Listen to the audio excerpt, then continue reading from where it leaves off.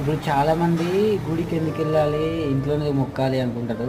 కరెక్టే. బట్ గుడికి వెళ్ళడం వల్ల మన బాడీలో ఎక్కువ పర్సంటేజ్ పాజిటివ్ ఛార్జ్ రిలీజ్ అవుతుంది. పాజిటివ్ ఎనర్జీ, గుడిలో ఉన్న పాజిటివ్ ఎనర్జీ. ఇప్పుడు కట్టిన కొత్త ఇప్పుడు కట్టిన గుడిల కంటే పూర్వకాలంలో కట్టిన గుడులలో చాలా వరకు పాజిటివ్ ఎనర్జీ ఉంటుంది గుళ్ళల్లో. సో అందుకే మన గుడికి వెళ్ళినప్పుడు చాలా వరకు ప్రశాంతత, మైండ్ రిలాక్సేషన్ అన్నీ వస్తాయి. సో గుడికి వెళ్ళడం వల్ల ఒకటి దైవభక్తి వస్తుంది, రెండు మన బాడీలోకి పాజిటివ్ ఎనర్జీ చార్జ్ అవుతుంది. ఇదైతే ఫ్యాక్టు, ఎవరి ఇష్టం వాళ్ళది. బట్ గుడికి వెళ్ళడానికి చాలామంది కొంచెం నామోషిగా ఫీల్ అవుతారు. రెగ్యులర్గా ఇంట్లో గుళ్ళని మొక్కుతారు, బట్ గుడికి వెళ్తున్నారా అని ఒక నామోషి ఉండదు.